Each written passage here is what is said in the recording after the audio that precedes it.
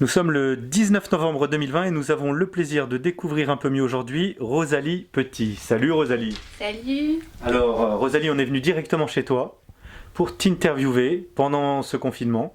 Donc on va apprendre un petit peu mieux à te connaître. Alors Rosalie, tu es née dans les années 90 à peu près, c'est bien ça? C'est ça, je suis née en 1991, le 5 mars, donc j'aurai 30 ans le 5 mars prochain.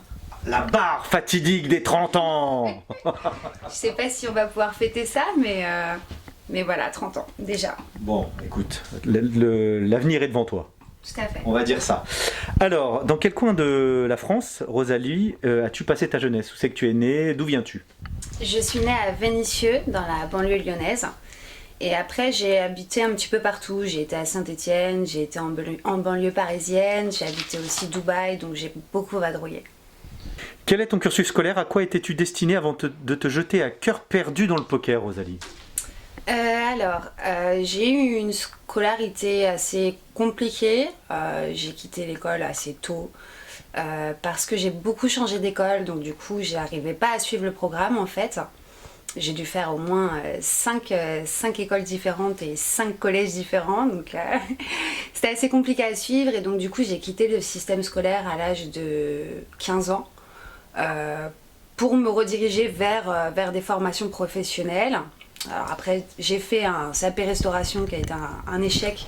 Je supportais pas le service en salle, donc j'ai tenu peut-être 3 mois, en tout et pour tout. Et après, on m'a orientée vers un BEP vente, et j'ai eu le BEP vente voilà, à l'âge de peut-être 17 ans. Et du coup, après, voilà. Et j'ai fait une formation aussi dans le tourisme. Suite à ça. Alors c'est intéressant, BEP Vente Tourisme, quels sont tes premiers boulots? Qu'est-ce que tu as fait comme boulot? Est-ce que tu as justement vendu? Est-ce que tu as fait du tourisme?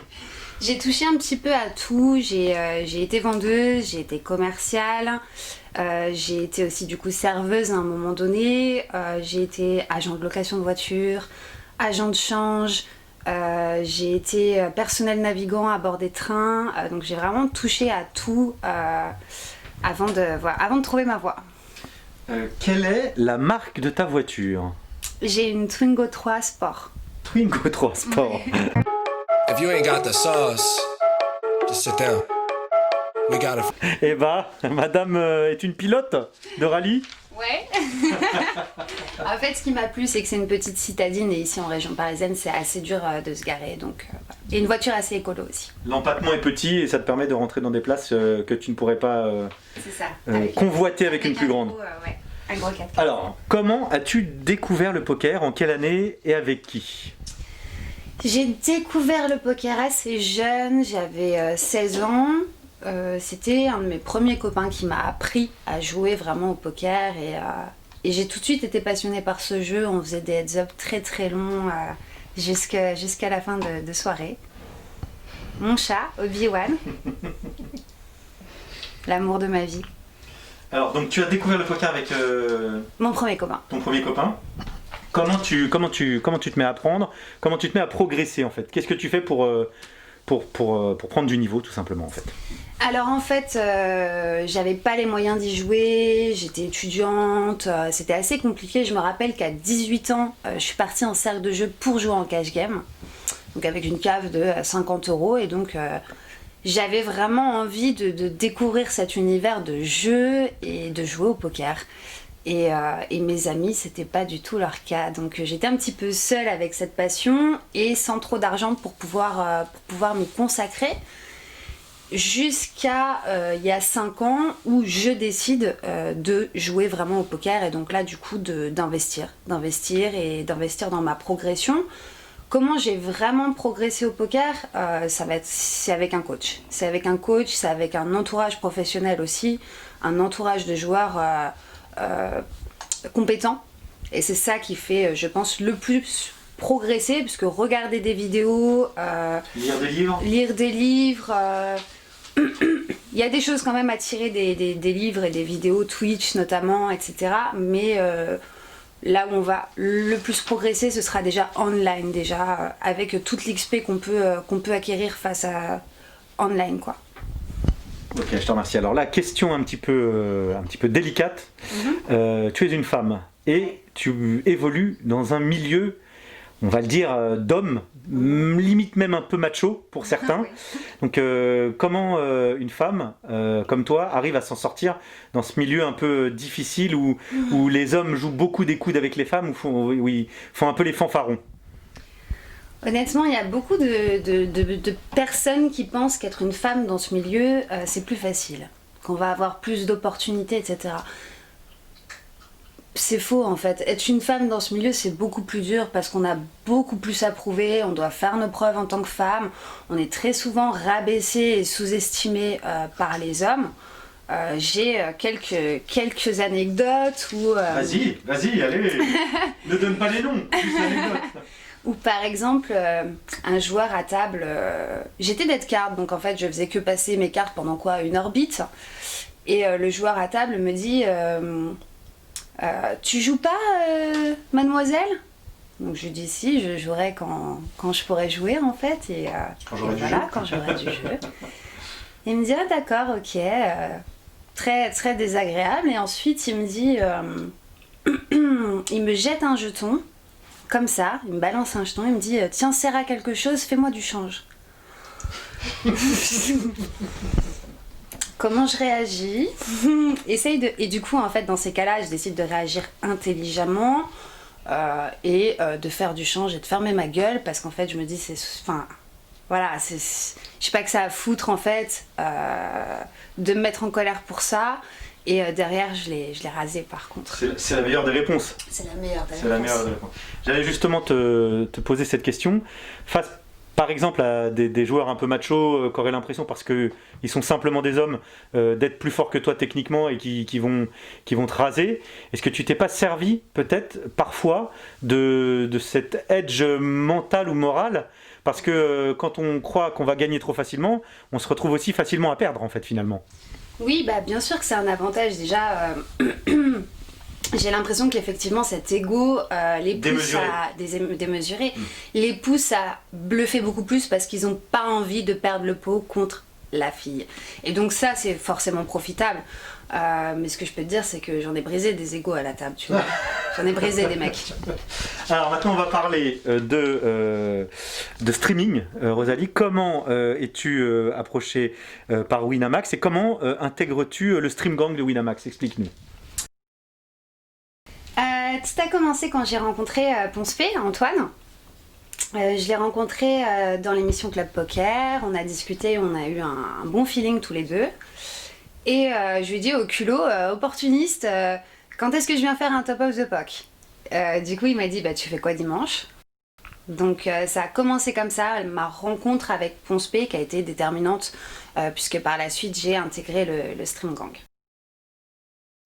Ok, donc le Stream Gang, c'est...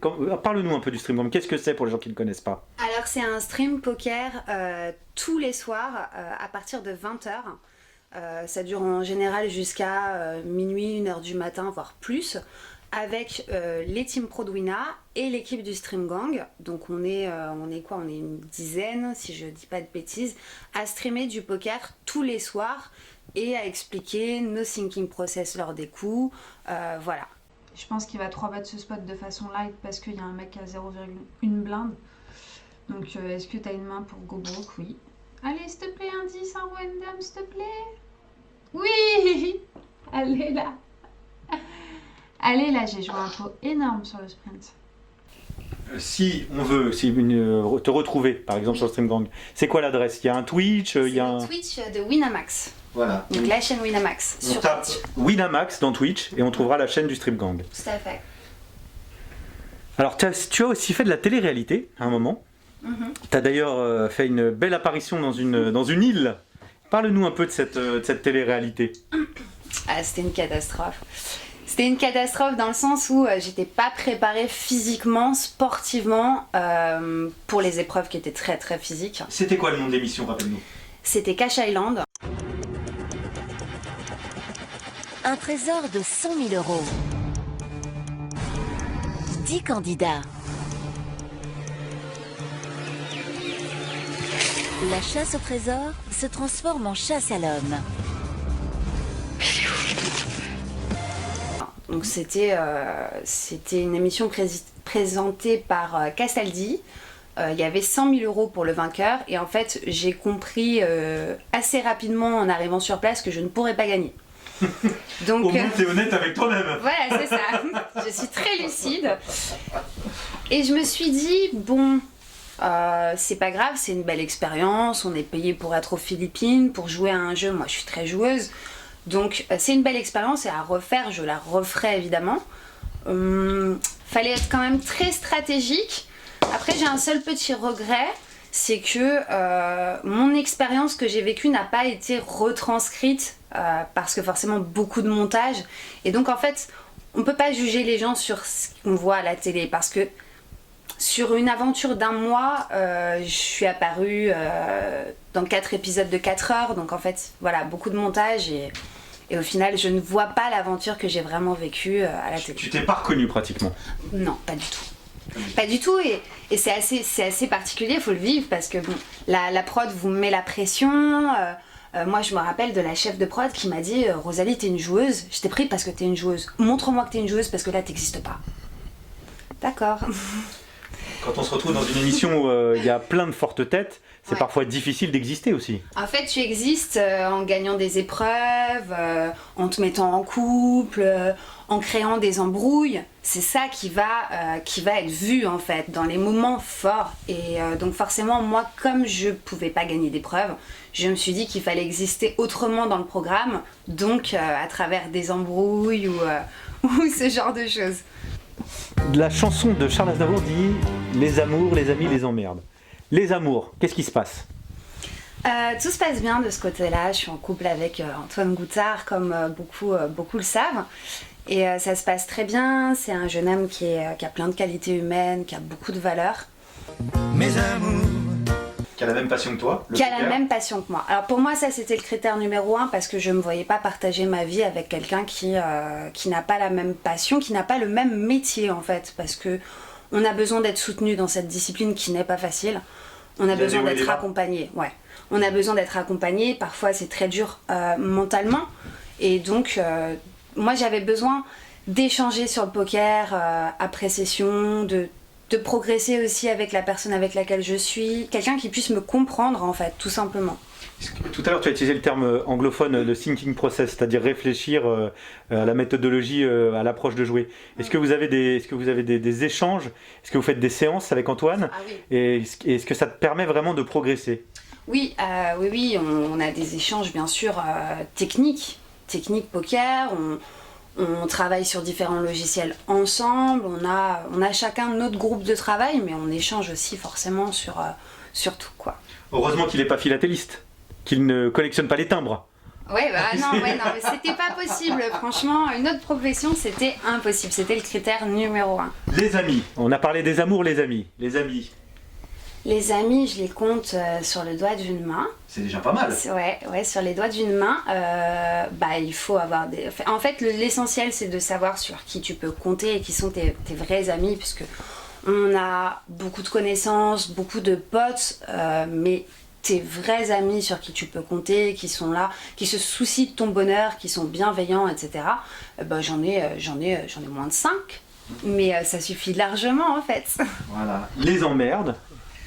Oh, les emmerdes.